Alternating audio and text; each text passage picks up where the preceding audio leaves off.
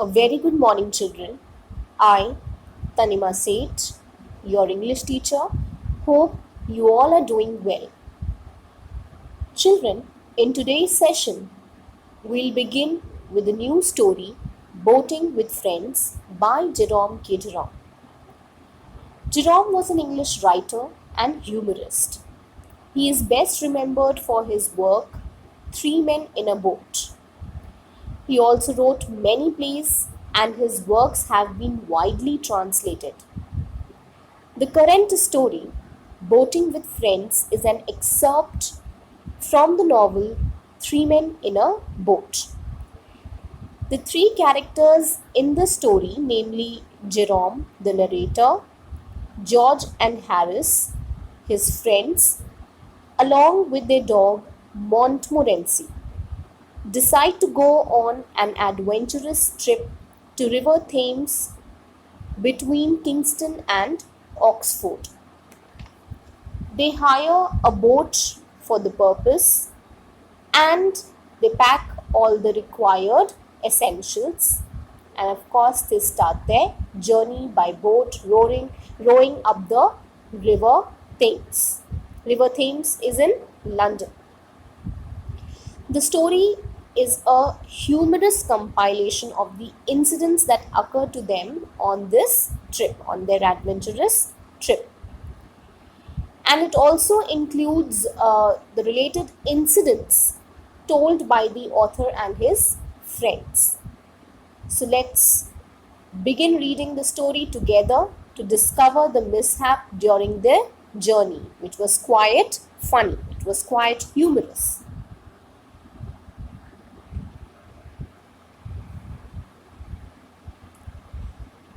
They were three in a boat, Jerome, George, and Harry. They planned to spend a few days boating on the Thames. So, of course, the narrator, Jerome, the author himself, tells us that, of course, there were three people in the boat, and they were namely Jerome, George, and Harry. Harry is the short name, you can say, or the nickname of Harrison. They planned to spend a few days boating on the River Thames. The clock on the cabin wall showed 6 in the morning. So now, of course, the clock that was placed on the cabin wall, it struck 6 o'clock in the morning. For the past hour, Jerome and George had been sitting huddled up in blankets, sharing their experiences, some true and some not so true. So for the past half an hour, that is near about 5:30 onwards, till the clock struck 6 in the morning, Jerome and George, they were already awake and they were sitting up huddled in the blankets. Huddled over here means a squeeze, that is they just wrapped the blankets around themselves and they were squeezed in it, or they were closely they were holding the blanket. Why? Because it was so cold outside. And of course they both were sharing their experiences. Some were true and some were not so true. It happens that when we are with our friends, so some of the incidents that we tell or narrate it to them, they are of course true, and some of the details we try to add up, or there may be some of the stories that we tell up tell it to them are cooked up, they are concocted, they are made up, right? So of course some stories that they were narrating to each other, or the experiences that they were sharing with each other, some were true and some were not. Some of the details they have added or made up by themselves. When Jerome finished his narration, George set to work to wake up Harry with the point of an umbrella. Wake up, lazy bones. So of course George was waiting for Jerome to finish his narration, and the moment he finished it, he set to work. What was the work which he had set to? He was waking up Harry with the help of the point of the umbrella. With the point of an umbrella, he was poking him and he called him, wake up, lazy bones. The third prod did it. Prod over here means that he was poking him again and again, with something pointed. And over here he was using the point of the umbrella to poke him up so that he could wake up. But what happened? He turned over on the other side and said he would be down in a minute. He was still dreaming.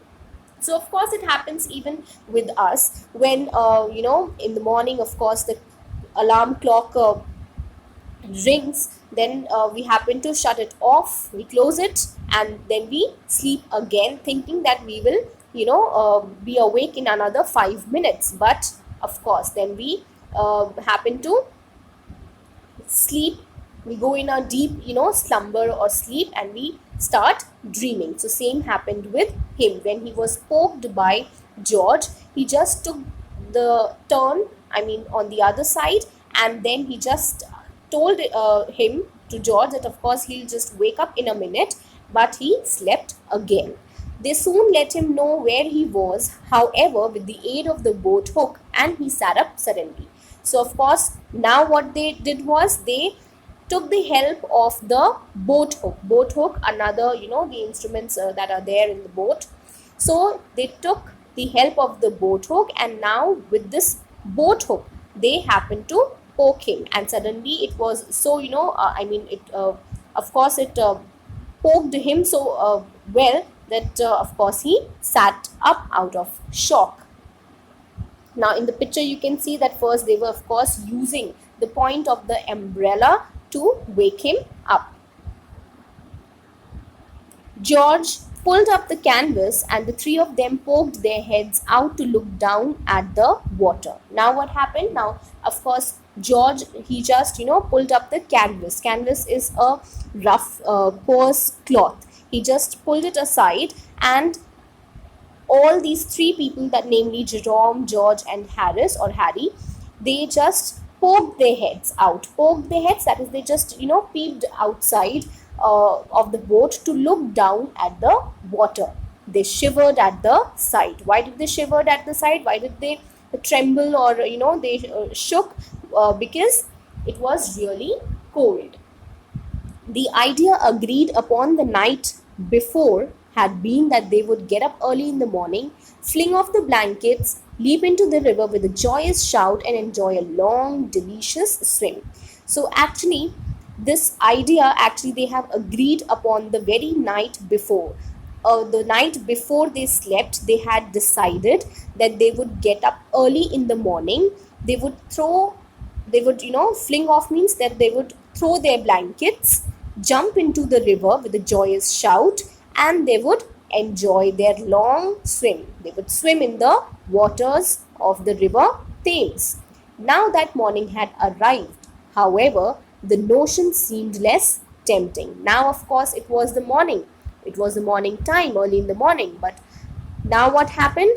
The notion over here, the belief, the very idea that they have decided, or to which they have agreed upon the night before, now that idea only seemed less tempting for them. It wasn't so attractive. It wasn't tempting them, or arousing interest in them to take on for the swimming. The water looked dark and chilly. The wind felt cold. So why? Because the water was really dark and chilly, bitterly cold. It was extremely cold, and even the wind that was blowing was really cold. It was so cold around that of course they didn't feel to jump into the river. So the very idea that they have decided upon the night before, and they were of course excited to swim early in the morning. Now this very idea to them, it was making them feel as if it was not at all tempting. It was not at all alluring to them. So that is why what was the reason? Because it was so cold. The atmosphere outside was so chilly, it was so cold, that all the three they were not urging themselves, or you can say that of course they were not willing to execute the very idea that they have decided upon. Well, who is going in first? Said Harry at last. Now of course Harry asked them that who is going in first. There was no rush for precedence. Precedence, that is, one who wants to go first and second and third. What happens when something adventurous, you are with your friends, and on an adventurous trip maybe, then what happens is that of course you would like to take the turn first for any of the activities. Even it happens in the class when the teacher asks the question, that you always want to, you raises your hand to answer first. So that is the precedence over here. But over here what happens, that of course seeing the morning and seeing the water, that of course it was so chilled, it was so cold, that there was no rush among these three friends for going into the water first. George settled the matter for himself. He sat down and started pulling on his socks. So, of course, George, through his gestures, showed that, of course, he won't be going into the waters. What he did was he just sat down and he started pulling on his socks. Harry said it would be messy to get into the boat again, so he started sorting his clothes and promptly dressed for the day. And what excuse did Harry give? He said that of course it would be so messy that first he would go into the river to swim, and then when he would come back into the boat again, the boat become all, the surface will be covered by the water. It'll all become wet and it'll become messy, so it's better that he won't go. And saying this, of course, he started arranging his clothes and he immediately dressed. That left Jerome to decide what he was going to do. So now only Jerome was left to decide that what he would be doing, whether he would be going into the river to swim, or otherwise, unlike his other two friends, he would of course decide not to go or think of some excuse. It was Jerome's idea in the first place, and he desperately wanted to show that it wasn't a harebrained idea at all, though now he did not relish the plunge. Harebrained means foolish, silly idea. Relish, enjoy. So, of course, now what happened, as now we come to know that it was Jerome's idea, it was he who had actually proposed or propagated the idea. So, he seriously wanted to show it to his friends that it was not a foolish idea that he had actually proposed.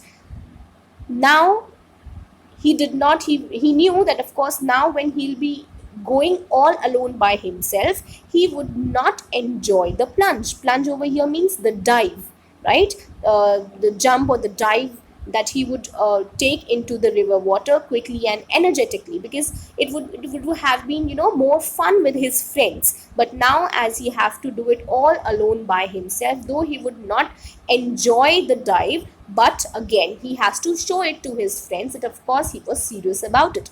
He began to make excuses for himself. There might be snakes about or weeds, but then he decided to save face by going down to the edge and just dipping his legs in the river. So now, of course, even he knew that it was really cold, and he would freeze if he would go inside.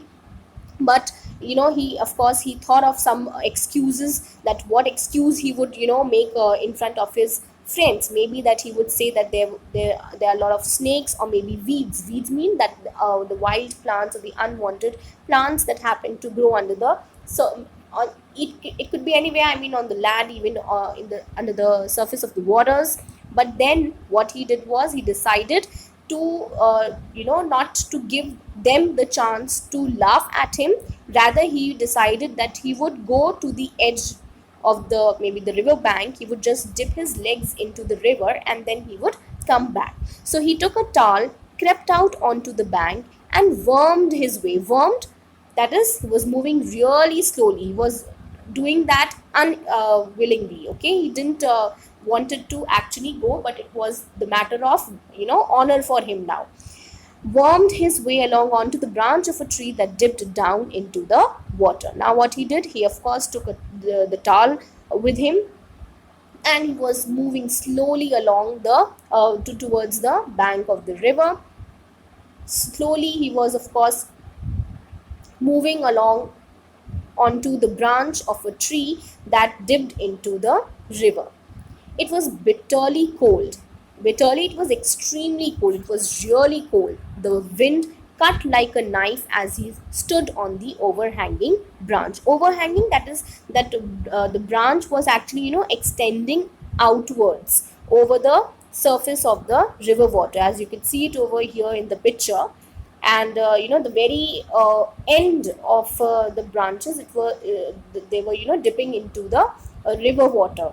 So you can see it over here, that how he crawled onto this overhanging branch. All right. So the wind cut like a knife as he stood on the overhanging branch. Now, of course, as he had now reached onto this overhanging branch, and the wind that was blowing it, it just made him feel that it was piercing him like a knife. It just pierced him. It was feeling so cold. Then he started having second thoughts. He would meekly go back into the boat and dress. Now, when he was feeling, over there, of course, he felt that how cold it was. The wind was piercing. It felt as if it would pierce his body. So he started giving a second thought that now what he should do. So he decided that he would meekly, that is, he would gently, he would go return to the boat and he would dress up. So this, at this point of time, we see that, of course, when he was thinking, he was submissive, that he would, of course, submit, that he would agree, that he is agreeing that, of course, he would go back. And though it would cost, that his friends would laugh over him, his friends would, insult him, but then too he would risk their jeers, their laughs, but of course he wouldn't risk his life. He decided to risk their jeers, that is their, of course, their laugh. But as he turned, the wicked branch gave way, and he and the towel went in together with a tremendous splash. So this is the first, humorous thing that had happened in the story, that as he was deciding to, of course, to turn back and go into the boat, what happened? The moment he turned, the branch couldn't, take the weight. It just broke, and along with the branch, as he was there on the branch, Jerome and his towel also went in together. They fell in, Jerome fell into the river with a tremendous means very great splash. Now what happens, many a times you would have seen that even if you happen to, just drop a ball or maybe or anything, into the bucket of the water, the bucket should be filled up to the brink, maybe, or to the edge, okay, by this this water. Then of course, if you will drop anything in it, it would, uh, produce a sound of splash, because the thing will be dropped with such a force that it would create produce the sound of the splash in the water. The thing will go inside, but of course the water will come out. So same happened with him. When he fell, of course, there was a sound of a splash. He was out mid-stream with a liter of the Thames water inside him before he knew what had happened. And he was already, mid-stream, that is, he was in the middle of the stream, in the middle of the Thames river, with a liter of the Thames water inside him. And of course, such things happen suddenly. So we are not able to, at that point of time, we are not able to understand that what has happened with us. It is only afterwards that we realize that the accident has taken place. So of course, I'll now end the session over here, go through the explanation again, and in the next class we'll see that what all humorous incidents happen and in the story, and of course go through it again, read the story till where I have completed today. All right, okay then, bye bye, thank you.